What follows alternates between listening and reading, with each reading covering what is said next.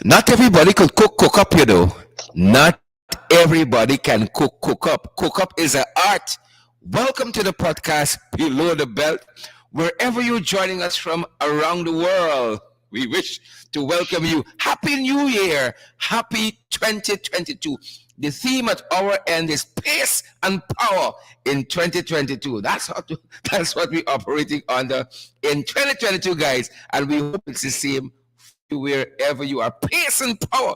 We told you guys we've taken off the gloves for this second year of our broadcast. Good to see you wherever you're joining us from around the world, wherever you're listening to us from around the world.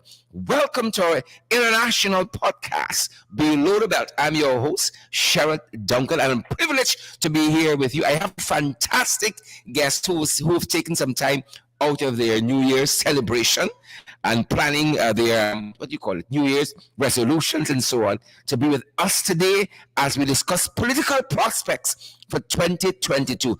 It is really good to have each and every one of you. I see so many of you are joining us already. Some of you don't like hear Tin Cup Knock, you know. I see Claudette Clark is with us already.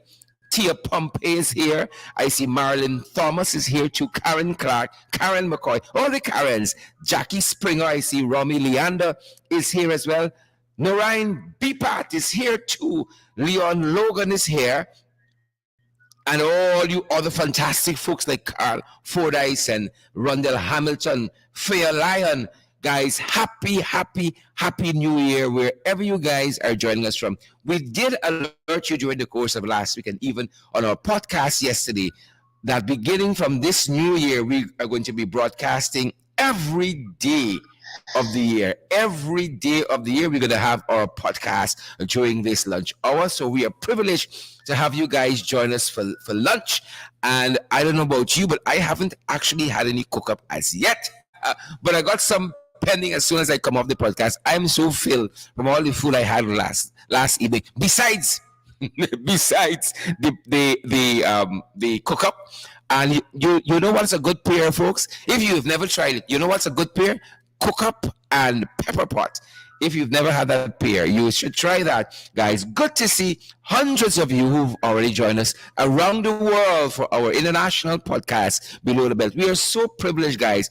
We are so privileged. This is our 25th podcast. Believe it or not, we have done 25 episodes thus far. 25 episodes thus far. It's a great Saturday weather-wise where we are in the national capital city of Georgetown, where we host our podcast from. And believe it or not, the weather here is fantastic. Weather.com is telling us it's 32 degrees outside, and this afternoon it's a 1% chance of rain. It is brilliant weather outside. I took a long drive to and from Burbage just this morning. The weather is picturesque. It's a great day to be outdoors, you, the family, the loved ones. But not yet. After the podcast, good to have all of you guys with us. Really great to have all of you guys with us wherever, again, around the world you guys are joining us from. We are so privileged, so very privileged to have each and every one of you. And as I said before, I have two very, very special guests joining us this afternoon. I have the leader for the Alliance for Change and Member of Parliament, the one and only Kemraj Ramjatan. And you know, Kemraj is always unscripted, and I'm certain he'll be no less this afternoon. Always very, very unscripted. Again, leader for the Alliance for Change and Member of Parliament, Kemraj Ramjatan, former Minister of Public Security, and I dare say did a fantastic job holding that portfolio. And we have a columnist, influencer, historian, Ronald Austin Jr. has also joined us, and they are going to be on with us very, very shortly. But first, folks, again, for all of those who are now joining us, welcome to our podcast, Below the Belt, and happy New Year to each and every one of you and to your families. Pace and power in 2022. Ronald, Kemraj, welcome to the podcast. Good day, Sharon. Hey, Ronald. Kemraj. Make sure you unmute. You may be muted. Ronald, as Kemraj comes in, tell us a little bit about how you perhaps have spent your year last year, and if you have any special things you're looking forward to in 2022. If it's pace and power at your end as well. Well, and I want to thank you first of all, Sherrod, for having me as your guest, and I want to express appreciation to listeners who would take the time out of their very busy lunch schedule to listen to the program. We are still within the context of COVID-19, and persons are under tremendous anxiety and concerns, and the fact that they can still maintain their focus and have some form of civic education to listen to these programs, something that we really appreciate. For 2021, I have been extremely busy, Sherrod. I can tell you that. I never thought that a life outside of government would have been so busy for me. I have multiple portfolios. I'm a columnist. I am a educator. I do writings for so many persons. I do academic research. I mean, 2021 was extremely busy. And I trust that 2022 comes along with being busy, but busy with work in which I am rewarded for that work. So once that is the scenario, I really don't mind. that sounds a little bit like what we see at our end. Money got for Mac. Rewarded for that work. Quote unquote. Honest money. Honest money. That's important. Great. Point taken. Kamraj, are you with us? I want to know if I have. Yes, you are. Kamraj, how was your 2021 and what are you looking forward to in this new year? Yeah, well, before I go on, I just want to wish all your listeners of the podcast year all the best of health and all the best. We know that we're living in COVID times. We are living in times that have repercussions because of the COVID at economic level, and lots of our brethren and sisters out there are having difficult times. But whatever the configuration of your positions or your stress positions, please make it happen that this year brings even better comforts and joys as against 2020. Well, in relation to the topic that you asked me to talk on, political prospects for the year 2022, I have to say that, I hope there's going to be better engagements at the political level with all stakeholders, government, the opposition, civil society, the press, the judiciary, because they will have quite a bit to talk about on a number of issues, just like they did in 2020. And all of these players must come around hammering out certain positions that will see us move forward. We are uniquely poised, probably more than any other country in the world, to get things right. It's just that consensus must be there, because whatever the resources to getting things right, we have here in Ghana. Russia has a humongous amount of oil. And that is as much as they have, quite frankly. It keeps their economy going. Other countries have oil too, like the Middle East rich countries. We in Guyana have oil plus so many other things: water, fertile lands, people, and rivers and through the jungle. And it's pristine since time immemorial. And a lot of people have been talking about this since independence. We have to realize this potential. We want 2022 to be again a year in which we can. I want to tell you that I believe, like a very famous writer, Steven Pinker, Enlightenment Now. No matter what we say about the pessimistic developments each year, there is a gradual improvement of society that has happened over the last 100 years or so. So we will have our problems, but notwithstanding that, we are developing. A lot of people have criticized our 5-year term. They want us to be, and we know that it is a truth, that indeed there were developments under that. Notwithstanding, saying nothing happened. That is the government of the day. And similarly, although we will have our disagreements with the government of the day, we must engage to the extent of ensuring that we progress, even if a pedestrian or glacial, we will have to be far faster than that. It will happen. And so I would want, on that optimistic note, to say that the political prospects, though at certain areas and spheres of activity, will be somewhat depressing. I think overall I can say that we're going to move forward. The PVP is going to have a lot of money now to spend. Hopefully that spending reaches areas that weren't reached before, to the extent that life could be made easier.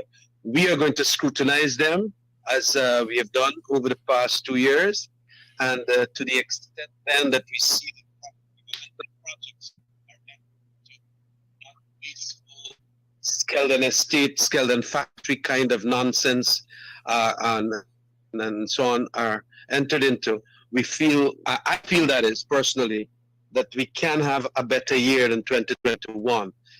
And I'm hoping also that these leaders in the PVP start an engagement with the opposition, and also the international and regional leaders that played a major role in our elections. Because it would appear that the PVP just like them to come.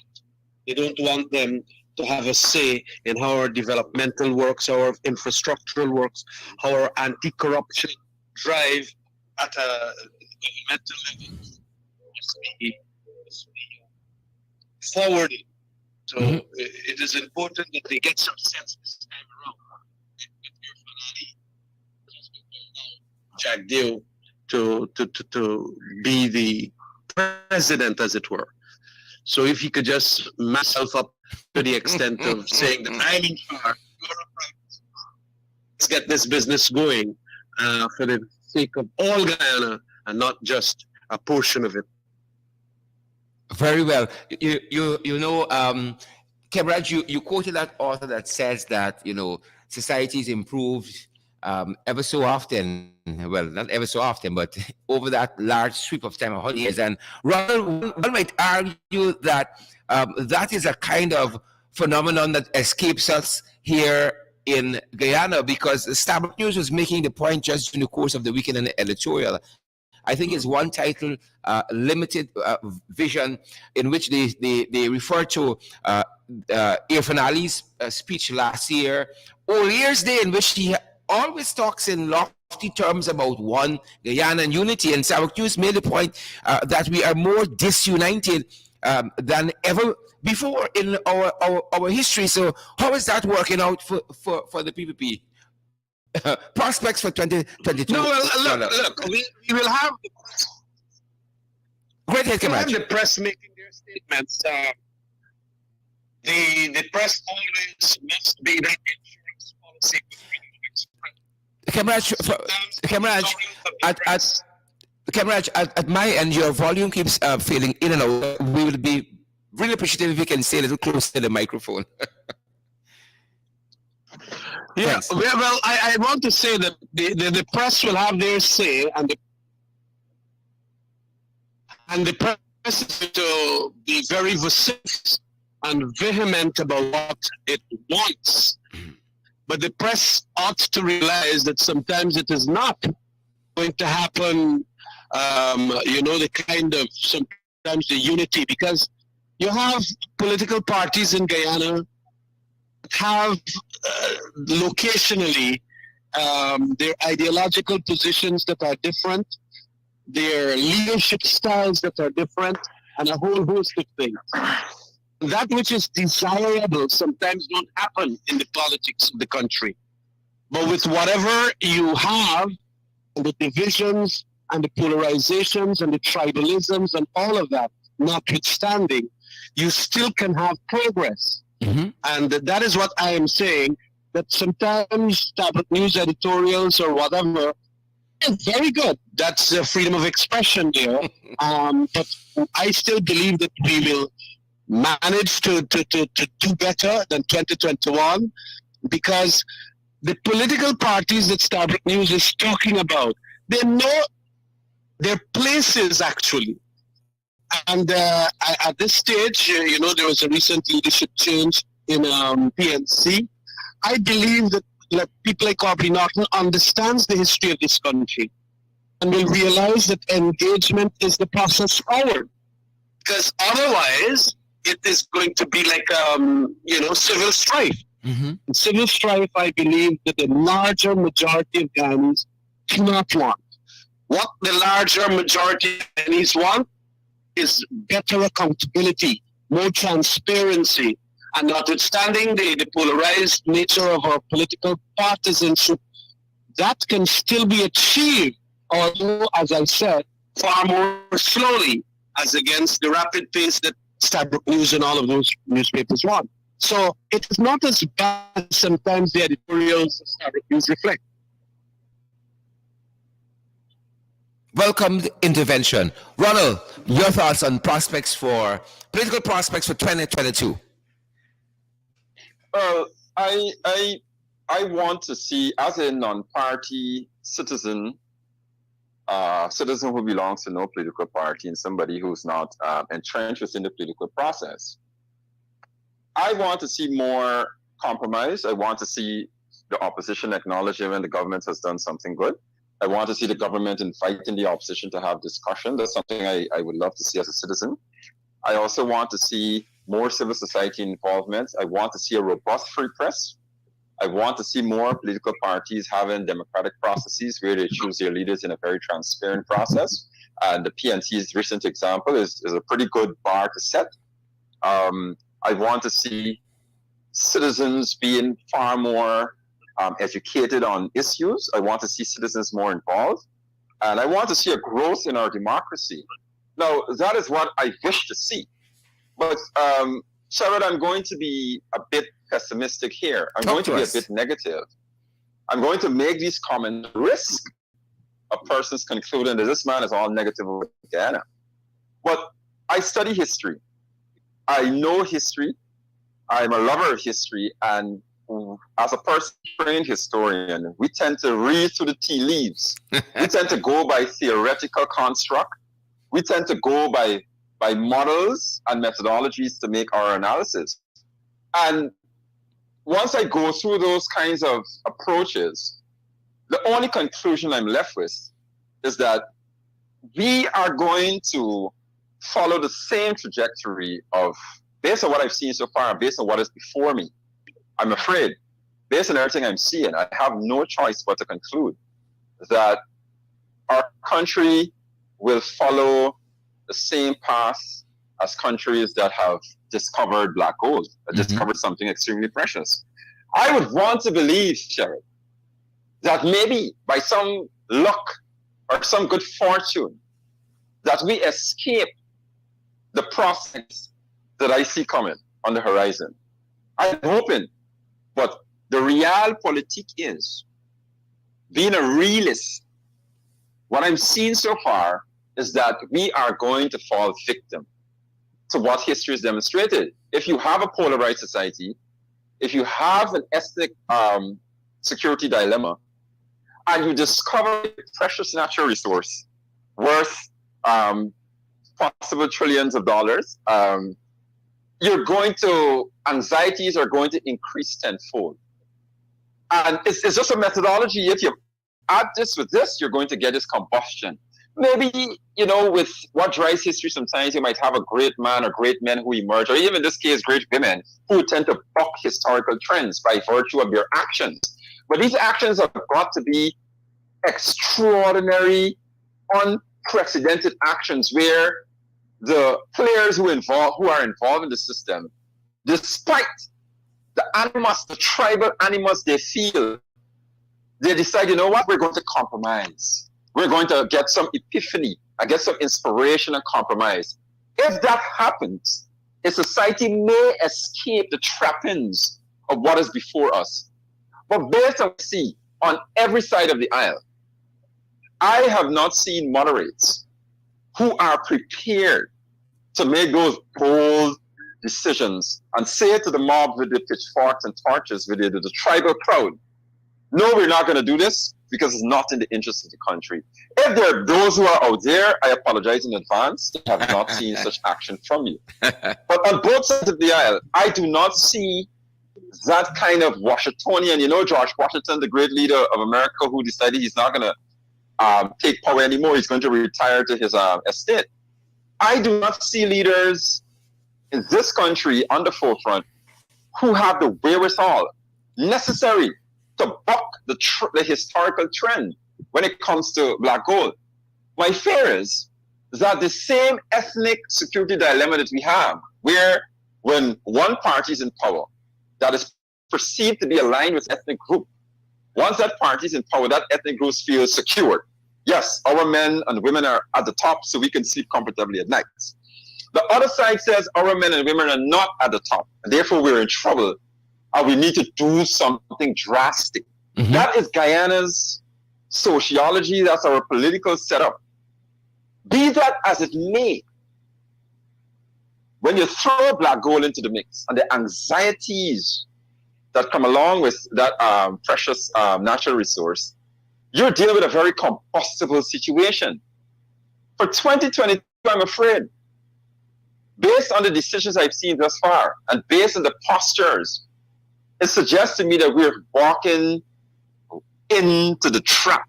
We're not there yet, but we are flirting with serious combustible upheavals. I've not seen anybody who's been able to say, listen, walking into this trap, we need to take time out. I mean, in all fairness to civil society, we've had civil society members and a few politicos who've said, be careful, we're walking into this trap. We've had that, but I've not seen any. I mean, in this case, the onus is on those who have power to make those big steps. But nobody's going to have power in this country and decide they're not going to do this or that. They're going to compromise. It doesn't happen. And because of that, Sharon, I want to see better in 2022.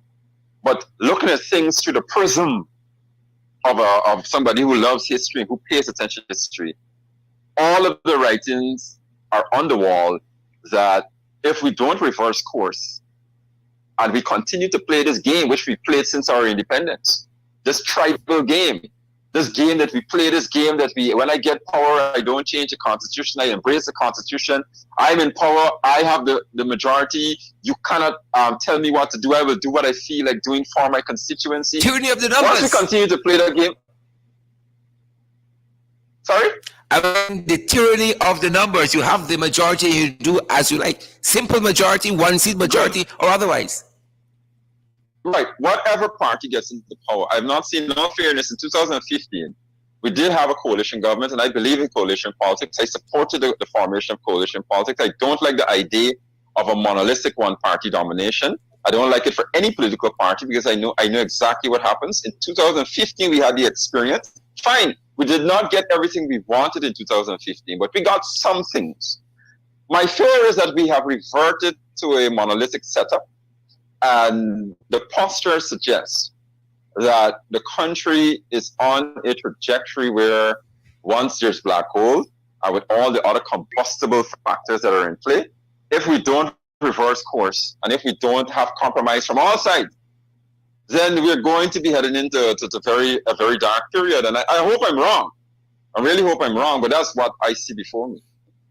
All right. I love that intervention, Ronald. And it seems as though both you and Kemraj are looking at the sweep of history, but from two different perspectives. That is my own reading, and I want to pull Kemraj back in just a second. But for those of you who are now joining us, welcome to our podcast, Below the Belt. I'm your host, Sherrod Duncan, and I'm privileged to by Kemrat Ramjit, and the leader of the Alliance for Change, member of Parliament, and also I have we have with us the one and only Ronald Austin, the author and columnist, the historian, the influencer, and we're so privileged to have both of them with us on New Year's Day. Happy New Year to all of you who have joined us. I see Carol Jacobs is here, Lisa Remy is here, Sherry Van Kooten, Siobhan McDonald, and Andrew Cuthbert, Ravana, Pertop, and all the other folks like Alison Richards. Welcome to the podcast, guys. You know, when you come on, we ask you guys to share the podcast,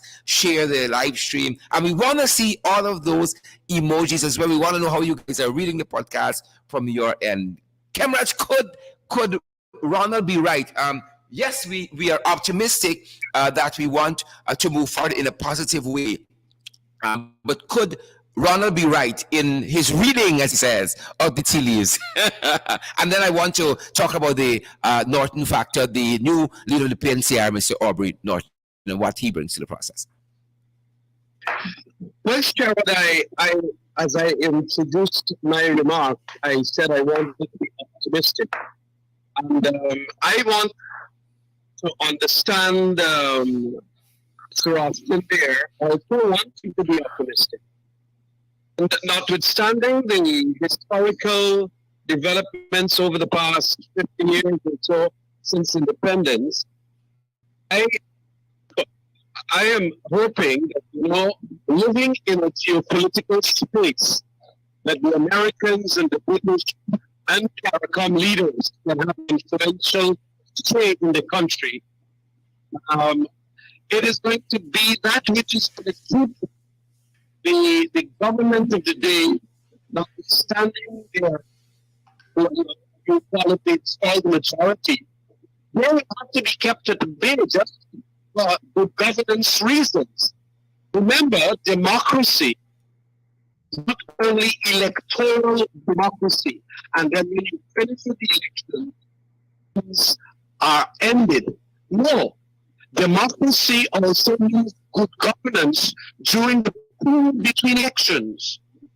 And I think there is where the pressure is going to come, like it did come in a 2002 to 2014 period by the international and regional leaders. So when I watch what has happened historically too, sometimes we can see different things. And for the want of being optimistic, or not pessimistic, sorry, it is important that we also look at some of the developments that can cause a bearing fruit of optimism. That the pressure is going to come. The Americans, our new American ambassador that is supposed to be here in a couple of months' time, who will be briefed by us on all these issues. The European Union, the CARICOM leaders, and I'm absolutely certain that the CARICOM leaders are going to have a say in relation to what we recently passed in the local content bill, because it was not well thought through. A number of the provisions there could have implications in relation to freedom of capital investment, freedom of trade, freedom of movement in relation to that local content bill which we passed. It was discriminatory in favor of our local businesses.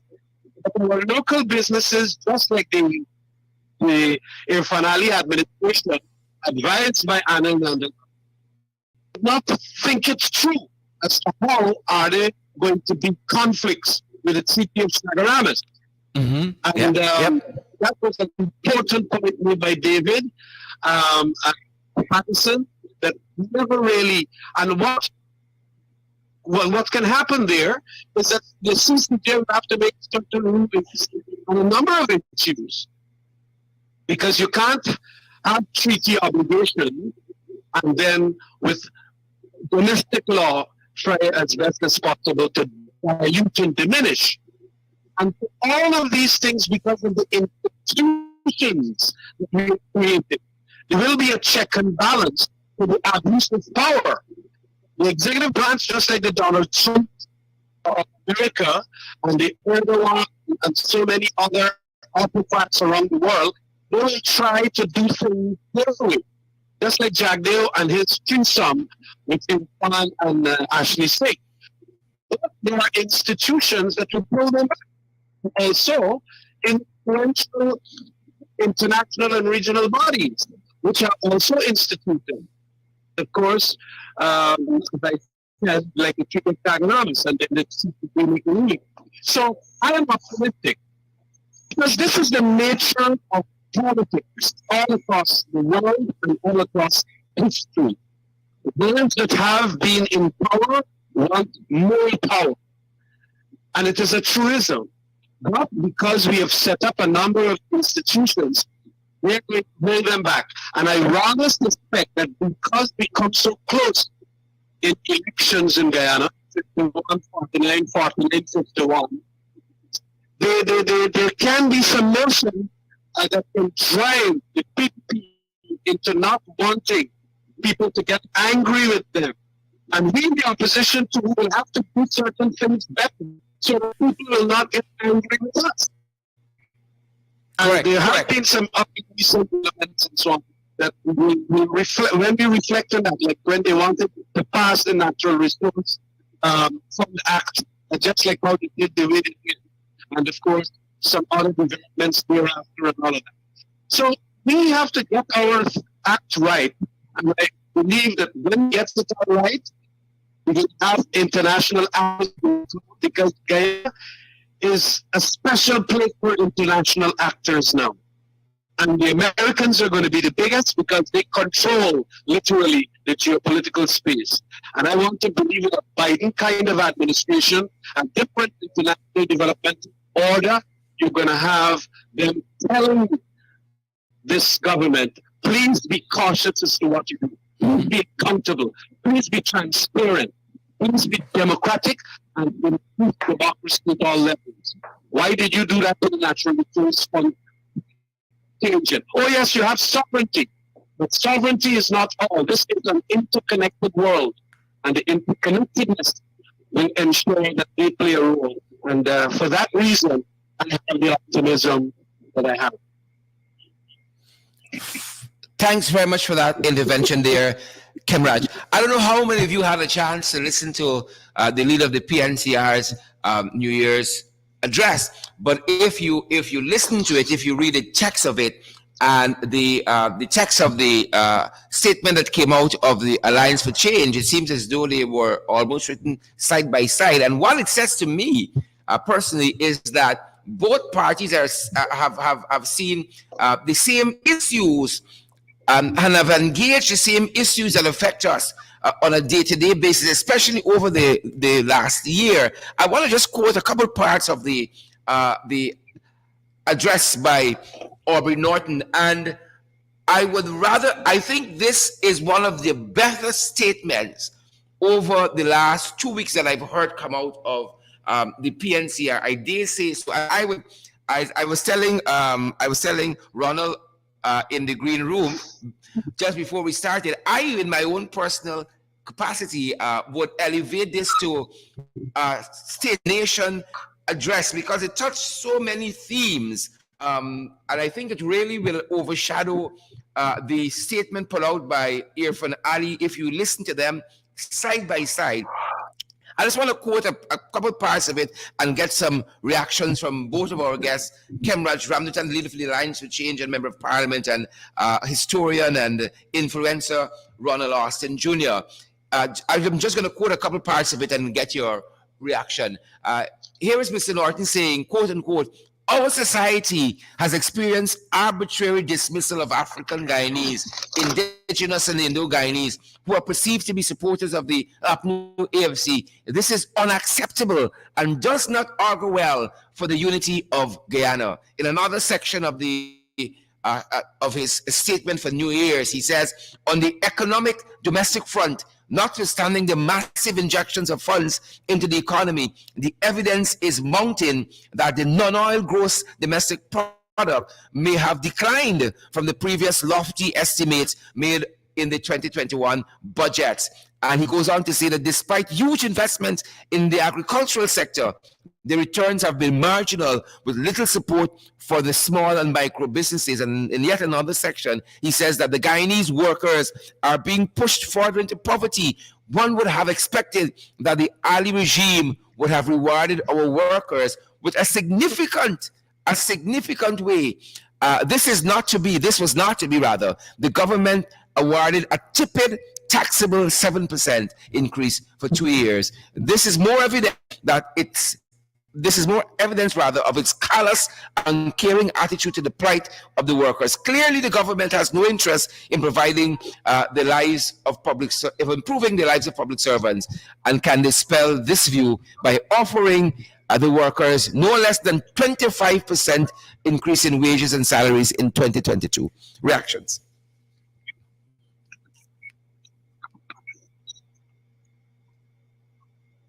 Yeah. Go ahead, Ronald. I'll take you first. Right. I listen to, as a citizen who takes his civic education very important, I listen to both the president's presentation and the leader of the PNC's presentation. In terms of the president, I listened to his speech, and the leader of the PNC, I read all 54 paragraphs of his statement. In terms of style, I mean, the level of that kind of writing, it was very statesmanlike. Keep it consistent with Mr. Norton, who was once my teacher at the University of Ghana, somebody who has a strong academic background and somebody who has understands the nuance of language. It's well written. It could be an example of how to construct presentations and do political communication. In terms of substance of what was said within his speech, as I read through it, I of course, obviously he's a political leader, so he has to do his politically correct thing in terms of what he says. But what I discerned within his statement are two very important points, 2 points that I consider pretty important. He did allude to the democracy which the PNC had with its recent elections. And that, for me, as a citizen, as I said before, I'm pretty excited about the idea of a party being transparent with their elections. In fact, I expressed disbelief that a major political party in this country could have a free and transparent process without any glitches. This was my prediction before those elections began. But I was proven completely wrong, thankfully. So he alluded to that. He talked about that kind of democracy in any statement that contains information about our democracy and in terms of what we are doing at the level of our political parties. For me, that's a pretty good thing. Secondly, he made a demand. He made six. I observed he made 6 demands. I think this was in paragraph 41 or so, and he made six demands. I paid attention to those demands. And I observed he talked about the demand for an effective parliament. Correct. He talked about the demand for the establishment of a national consultative body on oil and gas. And for me, that is a pretty good thing. Yep. That is a pretty good thing. And in terms of having a consultative body on oil and gas, that's a very important thing, and I wish to see happen. And that was his third demand. That was his fourth demand. In his fifth demand, he said he wanted to see inclusive, transparent, and accountable governance and oversight of the Natural Resource Fund, and a program to transform some of the oil wells to the marginalized, poverty-stricken segments of the population. That is a very good thing. That's a very good call.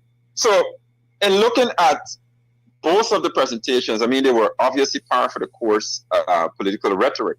Mr. Norton, in terms of his delivery, he's always been somebody who I suspect who writes his own speeches, and I probably would not even allow anybody, the person that I know, he would not allow anybody to tinker with his presentations.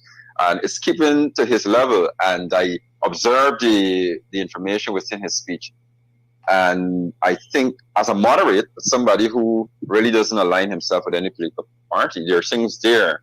I think there are reasonable calls.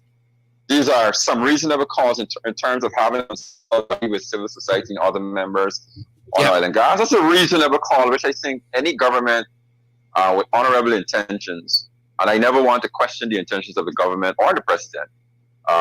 So I'm saying that is a reasonable call, and maybe they can accede to that kind of call.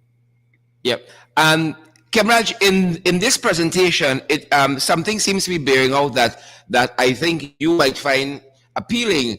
Mr. Norton, from my own reading of it, my humble reading of it, there was a less antagonistic Norton and a more engaging Norton to bring to move the process forward for the development of this nation. While, as Ronald says, there is still the red meat there for the base. There seems to be an evolving, engaging Aubrey Norton in this, I think, a very, very sweeping presentation. Your thoughts? Look, Sharon, Aubrey Norton got his first degree, and I think he probably got second degree, genuine one.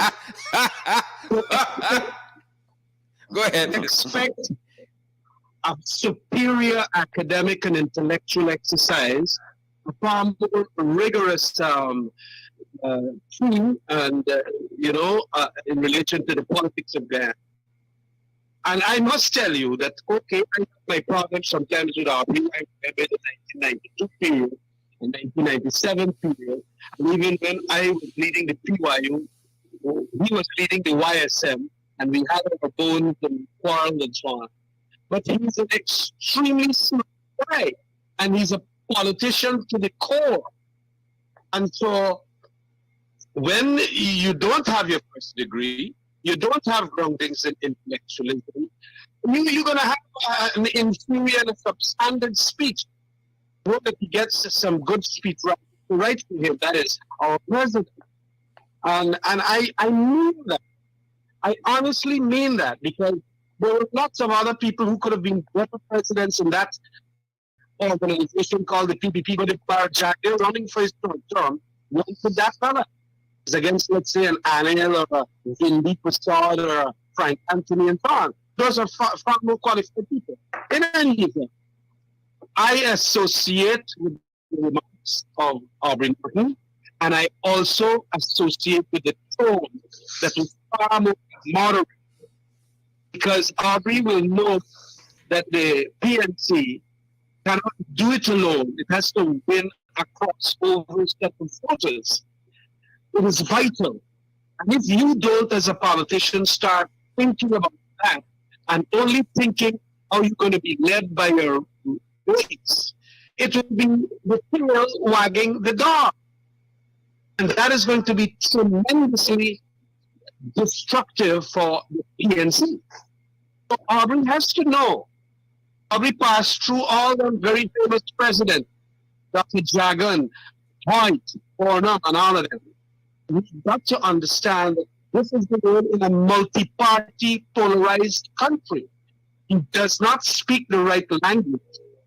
He will be interpreted or misinterpreted badly, and it could go very wrong for him.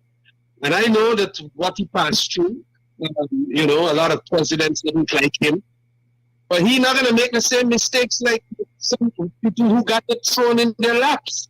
Mm-hmm. Just like how Jagdeo had it thrown in his lap by Janet Jagan, mm-hmm. And then of course now Irfan got it thrown in his lap by Bara Jagdeo. So he got to earn everything that he deserves. So it is important in that context that there will be far more sensible speech. And when it comes to really good, aggressive politics, I believe that Aubrey Norton is going to be there too. And so it is important. All the messages about a better, more efficient parliament, oil and gas, transparency and oversight, the marginalized people getting economic benefits out of this thing, the natural resource fund and better economic programs and developmental projects and infrastructure. So many things are right on the button that he spoke about. And of course, we in the Alliance for Change will have to also measure up with that kind of that kind of set of demands, we would want a lot more healing in this country. We'd be asking for that, especially from the two major political parties. And Kemraj, But it is in that context then that I see that we have hope. We have hope because an Aubrey Norton that now has won the leadership. You know, when you ain't win it yet, you're going to make the calls to ensure that you win it. But once you win it, rest assured that if you got any sense, you got to know what you're talking about. And that is important. And I'm glad that Aubrey has gotten there. Fantastic. And Sherrod, Go ahead, Ronald. right. Yes. Hello? Go ahead, Ronald. Right. And I that excellent analysis by Kemraj clearly shows you he made a very important point that anybody who's a leader of any major political party in this country, if you have any sense, that you have to understand that whenever you emerge as a major political figure in this country, that you have to, you're dealing with multiple constituencies, have an effect on your success or lack thereof, or even whether or not there's going to be certain failure. Mm-hmm. And in my estimation, you have 4 basic constituencies that whenever you speak, whether it is verbal or whether you are communicating by way of writing, whenever you communicate politically, you have 4 constituencies that you must acknowledge you're speaking to. First of all, you're talking to the base. And invariably, the base is tribal on any side. The base, they want their red meat. They want to see the knocks and the bruises. That's what they live for. I mean, not with the greatest of respect for ordinary Guyanese who are very politically conscious. They tend to be a bit more, they want to see a more aggressive approach. So whenever you write and you communicate, you have to speak to them. Secondly, you have to talk to, and I think this is in the modern era. Whenever you communicate politically or whatever you do politically, you have to consider that 10%, which I keep arguing, will decide elections going forward in this Westminster model. You're not going to have any landslide in this system. You're not going to have any 5-seat majority. That's the days of that kind of setup are over in my estimation and in the estimation of many observers. You're going to find a 1 seat, you're going to find a 2-seat lead. In that regard, you have to acknowledge that there's a 10% of independent thinking people on both sides that would hear people in this country who vote on issues and vote on personalities. Not everybody is tribal anymore. Not everybody decides I'm going to go and vote blindly for a political party because my family and it's a tradition. If you observe the numbers over the years, it's difficult to maintain an argument which suggests that we still have an ingrained tribal voting bloc. You have a small, it's still largely that case, but there's a small percentage which I continue to argue who must receive acknowledgement. So that's your second constituency, the 10%. Mm-hmm. Thirdly, you've got to acknowledge, as Kemraj referenced, the international community, the regional community. They play a major role, and regardless of how you want to say, oh, I'm sovereign, and you should not interfere in your own affairs, mind your own barnyard. Once you sign up to all of these international agreements, and you're going to conferences, and you have ambassadors, and you have embassies around the world, you're automatically part of the global community. Mm-hmm. So it would be folly for you to argue, while I engage you, while I go to all the conferences and adopt all your different treaties, and I sign up to all of these things. Whenever it comes to political matters, you can't say anything, shut your mouth. It does not follow. So whether or not, I mean, interference is different. If you talk about bringing military forces with boots on the ground, that's a different realm you're talking about. But in terms of the international community issuing statements and having policy directions or expelling you from some kind of multilateral organization, that is fair game. If you don't want that, then you become a pariah like North Korea and say, I don't want to be part of any global organization, and I don't want to be part of any of your treaties, and you stay in your corner, and in doing so, you get no benefits of the global community. But once you sign on, Once you take your little trips and you like to go to conferences and you like to sit down and knock glasses with the international community, then you have to accept there's a level of global community that you have to acknowledge. So for me, that is the third constituency that you have to speak to whenever you communicate. In that regard, through that kind of lens, through that kind of prism, I think that is how I evaluated Mr. Norton's speech. And it was clear to me that he's talking to the various constituency, and that for me was encouraging, because this is not a man who where everybody's touting, oh, Aubrey's here, Aubrey's going to come and smash all the China, and Aubrey's going to lift the torch and pick up the pitchfork, and people, due to politics and the whisper campaign, that's what people would have said. But I know Mr. Norton. And I'm saying to you, Sherry, that once you read a few books, once you lecture at the university and once you study at the level of Mr. Norton, it is difficult for you to be narrow-minded. It's sometimes impossible, because he thinks a lot. Any man who thinks a lot, any man who's educated at a level, you do a lot of thinking, and because you think so much, it's difficult for you to engage in narrow-minded behavior. Shakespeare said such men are dangerous. To this, Sharon. In Mr. Norton's presentation, he made 6 demands, and he said, we are asking, or he could have said, we are requesting of the government, because that would have been a more moderate tone. But he didn't, because he acknowledged that he's balancing the two constituencies. He knows the base, they're watching him. So he says, we demand. He used a more strong tone. We demand. We're not. So, because he doesn't want people to say, oh, there's a new leader who we expect to come with this robust action. We expect him to now come with this robust action. Here is he begging the government. So, again, I am alluding to that, Sherry, because I want to say to you, this is a man who is thinking. This is somebody who is clearly strategic in his presentation. As I read through the lines, he is acknowledging everybody. He knows the international community will take his speech and they will put it under a microscope. And Brian Nichols, who's the Deputy Secretary of State for Western Affairs, his assistants will have that speech on his desk by Monday. And they're going to dissect it and send their notes to him. And they're going to look at it and they're going to say, are we going to have trouble with this man? No. From just what I'm seeing here, this suggests that this is somebody who's thinking. So I looked at his speech in that regard, and I acknowledged that he was really communicating with the various constituencies in a skillful way. If anybody had any fears, your fears would be a bit assuaged when you see that kind of rhetoric. However, I must caution, rhetoric and speech are two separate things from actions. A man can talk a bunch of lofty things, but you'll be watching in terms of how you manifest yourself through your actions. But in terms of the speech and the presentation, I think there are some reassurances there within the lines for more moderate Guyanese who would want to see, a better way of operating.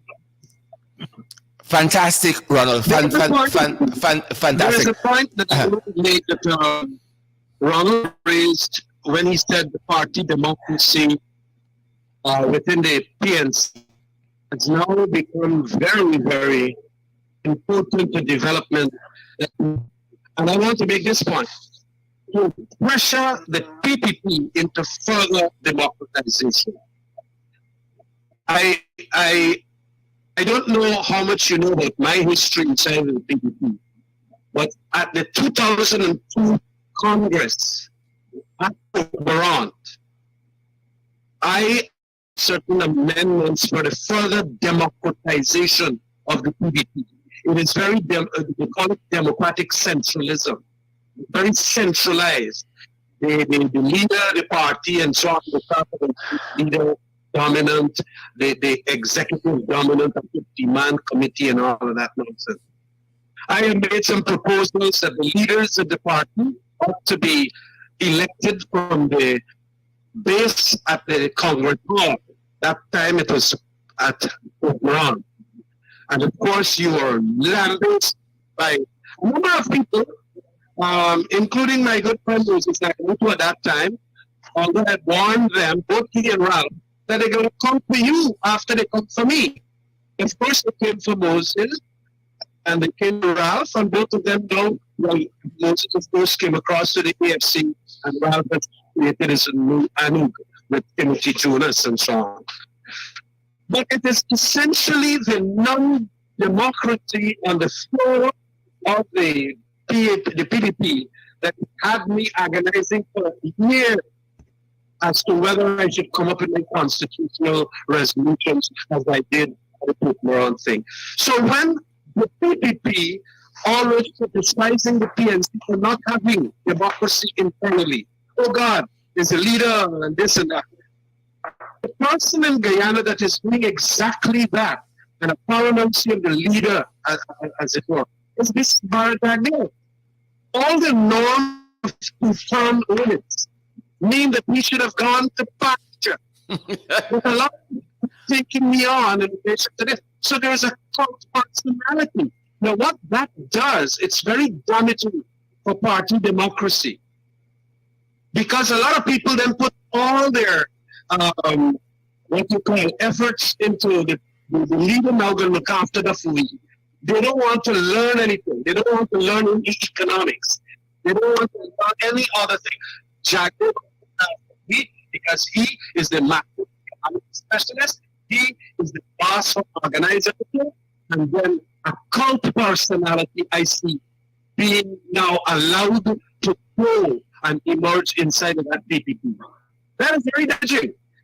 And that also will one day come down. People are going to start questioning it, not only around Zatan, as I did in relation to the 2002 era and even before. I was questioning this thing because it was not democracy as I know it from the Western universities that I went to. Mm-hmm. But this is a very big development that is now going to pressure the PTT. They can't go and say, well, the PNC got no democracy. I mean, everybody sees it in the AFC. You put up your candidate, you go there, you win, you lose, whatever. And even the press people saw when that was being done. And we put up returning officers that are very independent. Now, that is a magnificent development, in my view, too, that is going to put pressure inside of the PDP that could also bear down on whosoever wants to create a cult personality. Mm-hmm. And that is important, as I keep repeating saying, that is very, very important.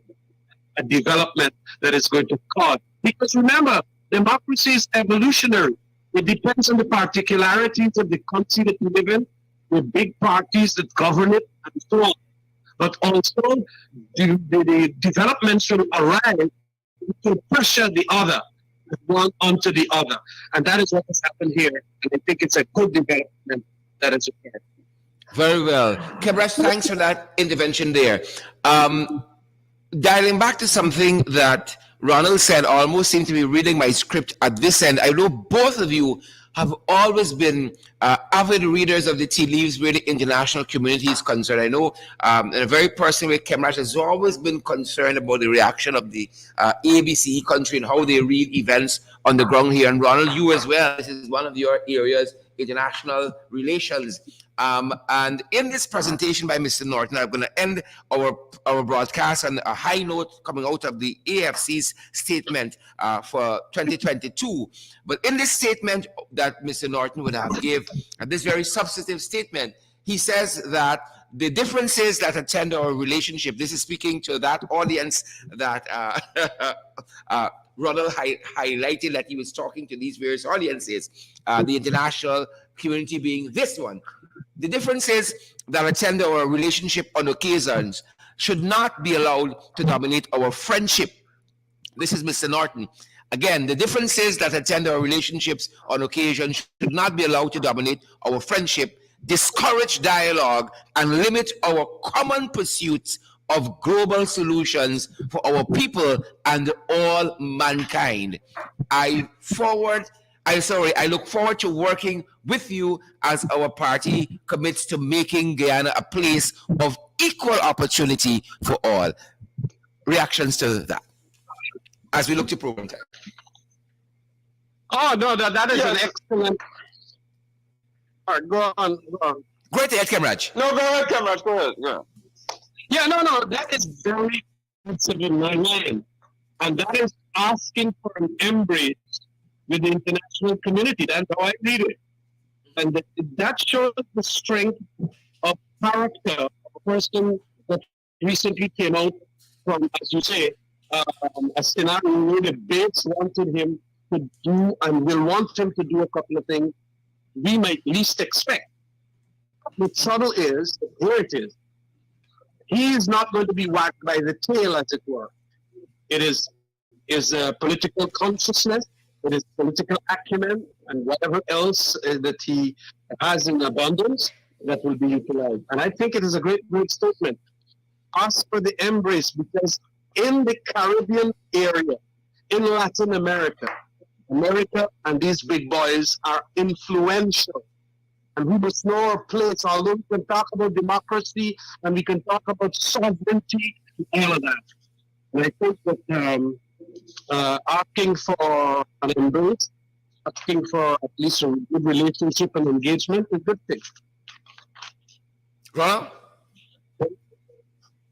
That's an important point, and I think the skillful art of political leadership involves the delicate balance of the various constituencies, and there is a risk when you overplay one constituency too much. I mean, if you overplay the international community, and of course you have to strike certain tones when you're talking directly to them. The base, there's some people in the base, they don't understand the nuances of geopolitics. Yeah, if the political leader is going to survive, because remember, you got 2 years, the Congress comes up in 2 years. If you overplay a constituency that makes you seem a bit, a bit leaning towards that constituency too much, then the base, they will find somebody within the ranks who they think will do the job that they want done. So the skill has to be a delicate balance of juggling those constituencies. And that involves constant communication and education. You have to be able to say to the base, look, you're going to see me striking a certain tone. This is the reason I'm doing it. I'm not saying he's going to go on television and go all over and figure out that. But whatever bottom house means, you've got to explain to them. Because soon somebody's going to be pointing a finger and saying, oh, he's sung as a man, or this man sung as a man. This man like he not do the business that we want to do. Yeah. So, like Aubrey sell out. You've got to. So I think, yes.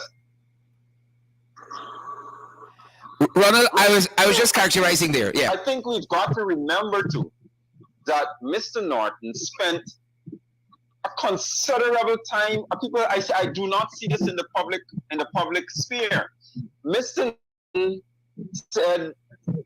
Norton spent a number of years within the Ministry of Foreign Affairs under the erudite leadership of Rapshi Jackson and rubbed shoulders with Fred Wills and those other giants in foreign policy. This is somebody who's in the thing. This is somebody who wrote policy papers. So there's no question he understands the geopolitics and the international community. But this skill comes. And with Ronald Austin Senior too, Yeah, well, I didn't want to put a fear of conflict of interest and put to my own horn. I didn't want to mention that. Right, but what I'm saying though, Sherrod, is that Mr. Norton understands the importance of geopolitics. He knows. Our Guyanese, we puff our chest and talk about this is our land, like Kemraj reference. I mean, let's be real. We are a small country. We do not have the economic clout. Don't worry about this prospect about oil and gas. We are not there as yet. We don't even have an army of more than, I'm not denigrating our military hardworking men and women, but the reality is we're not there where we can actually make some decisions that ignore the international community. If we do so at our peril. Now, I'm saying though, Sherrod, my fear is that the base wants what it wants, and it wants it now. And if you have a leader who you decided, look, he is matching our sentiments, he's matching our wishes, but we want more, that leader has to be very skillful in juggling those constituencies, because it's bad for Guyana if they decide, let me dash you out for the year and put in another more radical man, because madness starts then. As Cameron referenced the case of the tail wagging the dog instead of the dog wagging the tail. Right. The scenario, there's absolute confusion. So I'm saying that I am confident Mr. Aubrey Norton, as I know it, somebody who has given me guidance in certain areas. My father's a very good friend.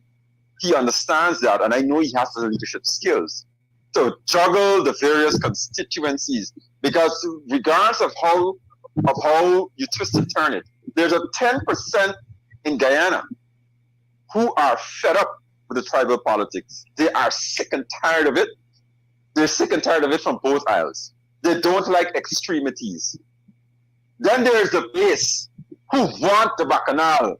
They want bacchanal every day. They want to see you.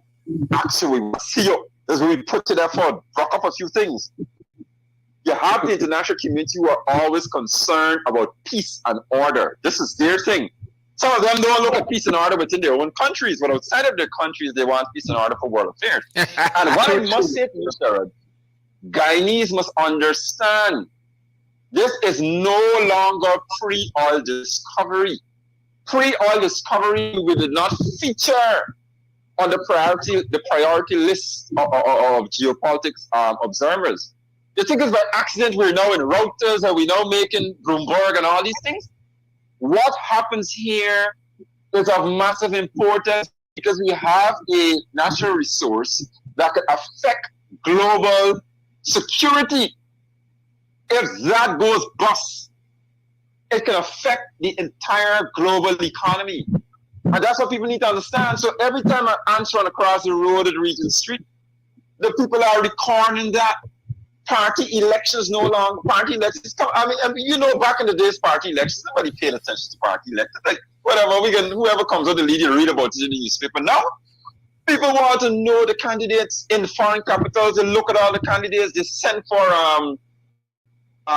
bios on those candidates, history. They send for dossier on that person. They study the person because whatever happens here will have a massive effect on global security. Because whenever it comes to oil, once there's trouble with it, it affects the entire global economic system. So I think we need to acknowledge, leaders have acknowledged, but Guyanese, we need to educate Guyanese to know that you're no longer operating in a dark corner by yourself, or whatever you do. They are paying attention to every single thing you say, social media, everything. They are listening. They might be listening to this podcast too. I hope they hear the views and hear how things are going. So my point to you, Sharon, is that I think Mr. Norton will be successful. And I know he has the ability to balance those constituencies and not play one too much over the other. When I looked at his statement, it's clear to me that he knows exactly how he's communicating and he knows how his rhetoric will resonate within these various, because when I read these speeches, Sarah, I read them with an air of the various constituencies. Sometimes I read them and I think, if I'm the base, how would I interpret this statement? If I'm from the international community, how would I look at this statement? And when I did that, I recognized, you know what? This is a clever operator here. This is somebody who acknowledges that you have these constituencies that you must balance. So I think with that kind of common sense, as it were, that I see in his statements, and I must warn as a historian, we do not use statements and speeches as barometers to measure action. We see that something symbolic, yes. But then again, a man can tell you, oh, I want peace and I need peace. And then he's planning a war right under your feet. So in terms of symbolism, insofar as speeches and statements are worth, I analyze that to say that, look, there's some reassurances there. And if you want to go by that as a barometer for anything, okay, you have some reassurance there. But again, the proof is always in the pudding. Fantastic, Ronald. Kemraj, as we look to program time, the AFC, the Alliance for Change, of which you're the leader of the party, seem to have brought us into the new year on a very, very high note in this statement that they put out. And I want to read a section for it. Get your response, and then I'll give Ronald the last word on our program and our podcast today. In the penultimate paragraph of this statement, the Alliance for Change says, "It is time to bid farewell to the sour memories of 2021.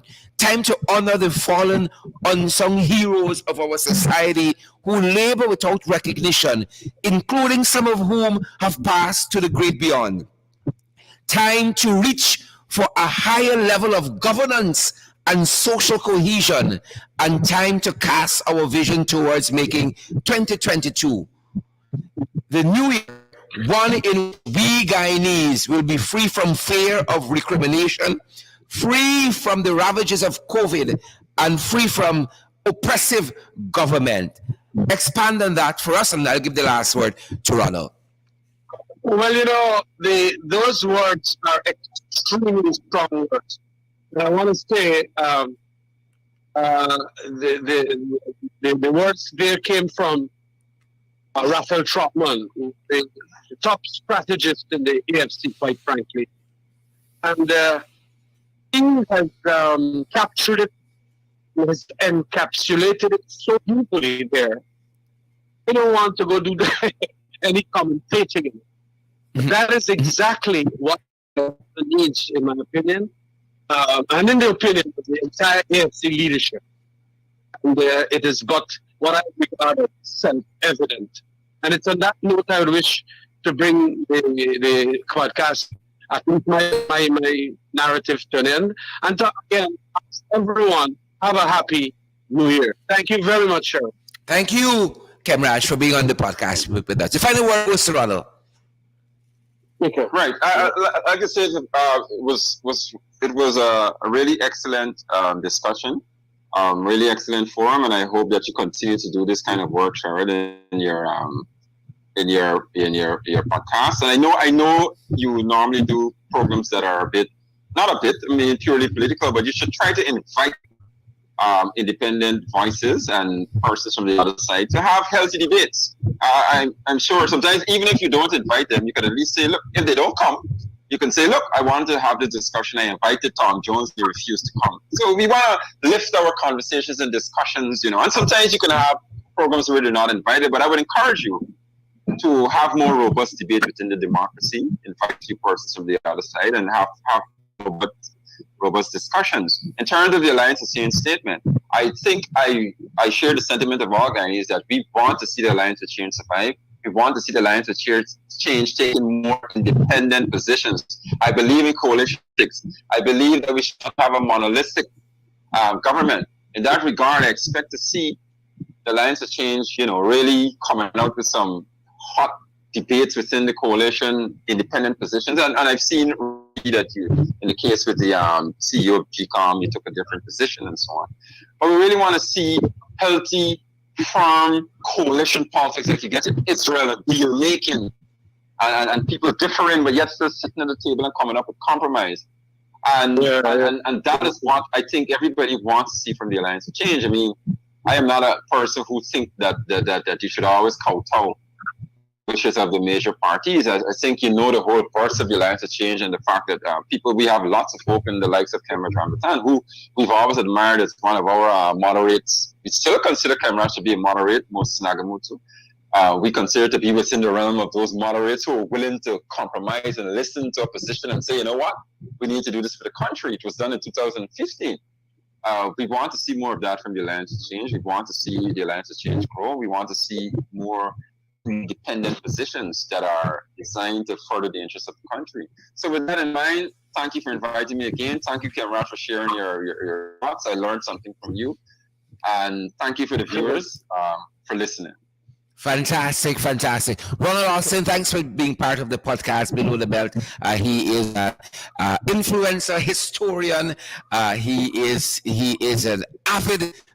I think you need a better word than the avid for Ronald. Where reading is concerned. Very, very interested in all things international relations, all things governance and such and so forth, and a columnist as well, writer and columnist. Ronald, thanks for being part of the podcast as well. And thank you, sir. Awesome. And folks, that's our program. That's our program today.